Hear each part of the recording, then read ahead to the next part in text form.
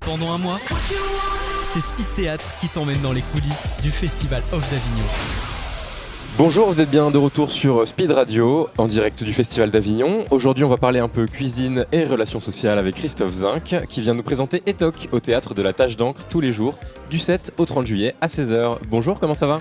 Eh ben ça va bien, et toi, tu vas bien ? Ouais, ça va super. Bon. Franchement, ça va super bien. Pouvez-vous nous en dire plus donc sur votre spectacle Etoc ? Oui, alors c'est un spectacle, oui, on peut dire au départ sur la restauration. C'est bien sûr une histoire qui touche autant les clients que le personnel du restaurant.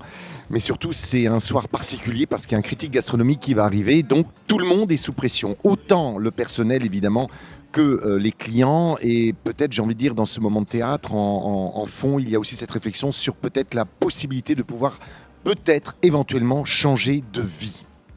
Et voilà. Pourquoi avoir choisi un restaurant ? C'est un lieu atypique, propice pour y faire des rencontres très différentes ? Oui, d'abord moi-même j'ai été serveur pendant que je commençais à travailler mes cours d'art dramatique avec Jean Darnel au tête de l'atelier, mais surtout j'ai trouvé que c'était un endroit effectivement d'intensité, de vie, autant au niveau des cuisines où on est, on est sur le travail de l'aliment, on est sur l'urgence, et autant pour essayer d'apporter un plat ou de faire un service qui soit à la hauteur de ce que le client attend. Et puis aussi la vie du restaurant, parce qu'il y a la vie de la cuisine et puis la vie du restaurant, c'est-à-dire tout ce qui s'y passe, les clients qui arrivent. Et puis j'ai envie de dire la relation aussi entre la salle et la cuisine, c'est-à-dire les serveurs qui vont en cuisine pour chercher les plats et la cuisine qui donne pour aller dans la salle. Donc il y a une immense intensité de travail et d'interactivité. Est-ce que aller à votre pièce, c'est un peu comme aller au resto finalement ? Oui, parce que je les accueille, les gens. Alors bien sûr, c'est une galerie de personnages, on en parlera peut-être ensuite, mais c'est effectivement, je l'accueille avec un vieux monsieur que je joue, qui est le père du chef cuisinier, et qui accueille un peu les gens, et je les amène lentement dans une véritable histoire. Et alors, vous avez tenu à jouer toute une panoplie de rôles, féminins comme masculins ? Oui, je joue même un chat qui fait à un moment donné, commente un peu ce qu'il voit. On en parle à un moment donné dans la pièce.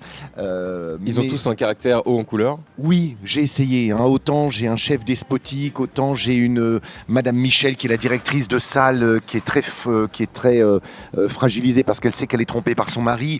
Je veux dire, il y a tout plein comme ça de personnages. Le critique gastronomique est un critique homosexuel parisien, je l'ai bien chargé, très mondain. J'ai Caroline Pina, qui est une chorégraphe qui vient tous les soirs dîner dans ce restaurant avec son mari qui a Alzheimer. Donc j'ai essayé de rendre des choses pittoresques, touchantes, parfois aussi amusantes, avec beaucoup j'espère, de poésie. Mais c'était important de marquer chaque personnage, qui d'ailleurs, on les retrouve dans 2 ou 3 tableaux, puisqu'il y a 30 tableaux, donc ils se recroisent, puisqu'il y a aussi des fois des actions qu'on va voir dans certains moments de tableau, qu'on va retrouver dans d'autres tableaux avec l'autre personnage. Donc j'ai tenu que ça soit un peu comme un espèce d'histoire et de film. Vous jouez tous les personnages et ils arrivent à se croiser et à interagir entre eux. Oui, très très vite, oui. Par moments, il y a des accélérations comme dans un service de restauration, et par moments, il y a de vrais tableaux que je prends le temps de poser, puisque ce que je tenais aussi à faire dans ce spectacle, c'est qu'à un moment donné, chaque personnage passe par une cassure, par une fragilité qu'il exprime et qu'il montre. Même le chef cuisinier derrière ses airs un petit peu despotique, il a ici son moment de fragilité, parce qu'on va apprendre qu'effectivement il se sent moins aimé que son frère qu'il a perdu, dont parle le père, le vieux monsieur dont je parle. Donc il y a beaucoup de choses et de petits liens quand même qui existent entre les gens. Très bien, et c'est un choix alors que vous avez pris de jouer tous les personnages. Vous n'avez pas pensé à d'autres amis comédiens pour jouer avec vous ? Non, autant je joue dans d'autres pièces, des spectacles jeune public où on est 2 ou 3 et c'est un vrai plaisir. Là, c'était vraiment plutôt une performance seule, avec quelque chose de plus personnel aussi que je voulais mettre dedans, et que le travail comme ça de passer un personnage c'est quand même assez jubilatoire quand on est par moments, seul en scène, voilà. Et il y a de l'interactivité avec le public. Est-ce que déjà votre spectacle donne faim aux spectateurs ? J'espère. En tout cas, j'espère qu'ils me mangent, qu'ils savourent ce que je leur propose. Mais oui, en tout cas, il y a de l'interactivité. Bon, c'est quand même plus théâtre dans le sens où c'est vrai que je leur parle pas forcément directement. Je les rends témoins. J'essaye d'exposer ce que je fais pour eux. J'essaie de leur donner mon regard, ça c'est le normal, mais c'est pas effectivement de l'interactivité directe, c'est plus une bulle que j'essaie d'agrandir vers la salle, et la plupart qui sont sortis pour l'instant, enfin il n'y avait que 3 représentations, sont assez contents et réceptifs de ce que j'essaie de faire partager, en tout cas. Voilà. Bien sûr. C'est la première fois pour vous à Avignon ? Non, j'avais joué il y a quelques années avec Geneviève Gilles d'ailleurs, une mise en scène de Stéphane Lartigue, une pièce de lui qui s'appelait Escort Boy. Ça avait très bien marché, on avait pas mal joué ensuite dans le reste de la France. C'était vraiment là un duo, mais là je suis vraiment seul avec le bébé, quoi. Voilà. Donc c'est un peu notre exercice. Là c'est votre projet. Ouais, et donc j'imagine que vous devez avoir une certaine fierté de présenter un tel projet personnel. Oui, fier, et puis en même temps le stress comme tous les comédiens et comédiennes d'Avignon, c'est-à-dire d'essayer de remplir la salle. Ça veut dire du tractage, ça veut dire des journées très très pleines, mais pleines d'humanité aussi, puisqu'on va vers les gens, hein, on les cherche, on essaye de leur donner envie de manger un plat, en tout cas pour moi de venir dans ce restaurant qui est le mien dans ce spectacle de Etoc. Oui, c'est assez intense. Hein. Quand on a traversé une crise sanitaire comme on a connu, est-ce qu'on a besoin d'ajouter une touche de modernité à son spectacle pour le Festival d'Avignon ? Oui, j'en parle un peu, pas beaucoup d'ailleurs, hein, mais j'en parle à un moment donné par un des personnages. Mais la modernité, je le trouve surtout dans l'inspiration ou dans ce que je vois chez les autres et que j'essaye de prendre. Et puis aussi peut-être la modernité par rapport à ce que moi je ressens personnellement et que j'ai essayé de mettre dans le spectacle, puisqu'on est contemporain de notre propre époque. Donc effectivement, indubitablement, il y a quelque chose qui passe, qui va se faire. Dans l'écriture aussi, oui. Oui, dans l'écriture. On ne va pas encore acheter nos places en Bitcoin, pas encore. Non, ça va peut-être venir, hein. Ça n'empêche. Ouais. Alors, est-ce que vous pourriez, en quelques mots, donc, décrire un peu votre spectacle pour donner envie aux gens qui ne sont pas encore allés voir votre spectacle de venir ? Écoutez, oui, j'ai envie de te dire que d'abord, il y a effectivement plusieurs personnages. C'est assez rythmé. Là, je parle juste un petit peu de la forme.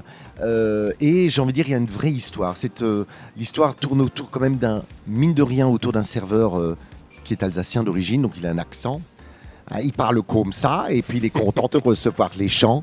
Et il est quand même un peu en souffrance au départ, puisqu'il est un petit peu castré par sa mère, qui l'appelle d'ailleurs au téléphone sans arrêt pendant le service. Et il a un rendez-vous avec une jeune femme qu'il n'a jamais vue dans le restaurant. Et donc, au-delà, et avec cette histoire-là principale, beaucoup d'autres personnages vont se greffer, beaucoup de situations vont se faire. Et l'idée, c'est un peu de se dire, est-ce que cet homme qui a comme ça 50 ans va arriver peut-être à faire un choix nouveau de vie ? Est-ce qu'il va peut-être arriver à partir avec cette jeune femme qui s'appelle Leïla ? Et est-ce qu'il va peut-être arriver aussi à se délivrer de sa mère et de son emprise, et peut-être aussi de faire un nouveau choix de vie ? Parce qu'on apprend aussi que ce serveur alsacien a une passion à côté, c'est qu'il est passionné de peinture et il en fait lui-même pour lui-même. Wow. Voilà, donc il y a quand même une intrigue, une histoire principale. On a hâte d'en découvrir plus en tout cas. Cool. Est-ce que vous avez des réseaux sociaux sur lesquels on peut vous retrouver ou retrouver la pièce ? Oui, alors sur Facebook, tout bêtement, Christophe Zinck, ZINCK, là vous trouvez mon Facebook, comme sur Instagram. Voilà, quoi dire d'autre, aidez-moi, je ne sais pas. Voilà les deux réseaux que j'ai. TikTok peut-être. TikTok pas Snapchat, encore, mais pourquoi pas. Et puis sinon, la tâche d'encre, effectivement, d'aller sur le site. Et moi, je suis là pendant 3 semaines, à 16h. Là-bas à la tâche d'encre, donc c'est un vrai plaisir, et puis ça dure 1h, 1h05, 1h10. Voilà un peu les deux réseaux que j'ai pour l'instant. Et merci beaucoup Christophe Zinck. Mais avec plaisir. À cette interview. On rappelle donc que vous jouez Etoc au Théâtre de la Tâche d'encre tous les jours du 7 au 30 juillet à 16h. Est-ce que vous voulez ajouter un mot de la fin ? Écoutez, merde à tous et à toutes. Merci beaucoup à vous, bon festival. Merci. Du mix et du théâtre, c'est Speed Radio. Découvrez toutes les émissions et podcasts sur le www.speed-radio.com.